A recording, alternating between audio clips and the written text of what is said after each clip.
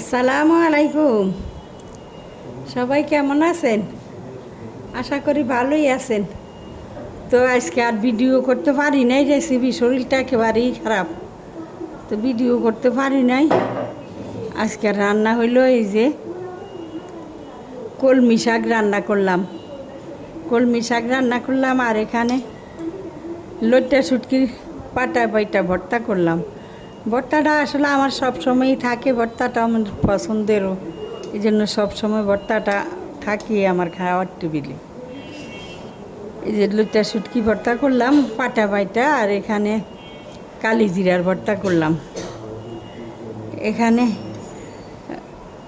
দুন্দুল দিয়ে রুই মাছ দিয়ে পাক হয়েছে, দুন্দুল দিয়ে রুই মাছ দিয়ে পাক হয়েছে।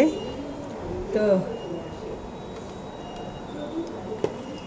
থাকেন সাথে, চলেন আমরা খাই, আসেন। এই যে এই ভর্তাটা দারুণ হয়।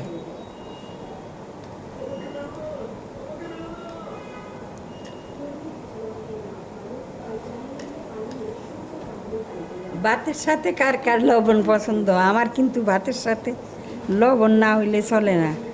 ভাতের সাথে আমার লবণ লাগে, তো লবণ নিয়ে নিলাম। আসুন শুটকির ভর্তা দিয়ে ভাত খাই, সেই মজা সেই স্বাদ।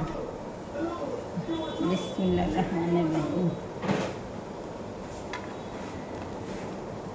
সেই হয়েছে আলহামদুলিল্লাহ।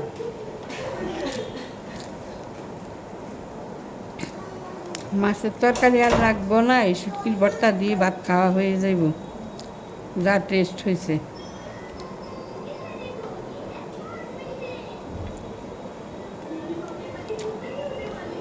তো বন্ধুরা, যদি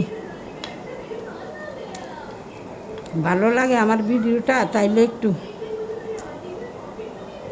সাপোর্ট করবেন আর কি, ইউটিউবের বন্ধুরাও ফেসবুকের বন্ধুরাও। আমার শরীরটা আজকে বেশি খারাপ আছে, কালকে আজকে 2 দিনই, এই জন্য ভিডিও করতে পারতেছি না।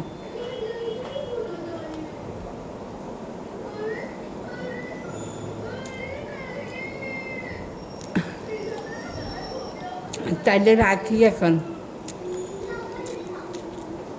ভাতের প্লেটে বলে সালাম দিতে নাই, তাই সালাম দিলাম না।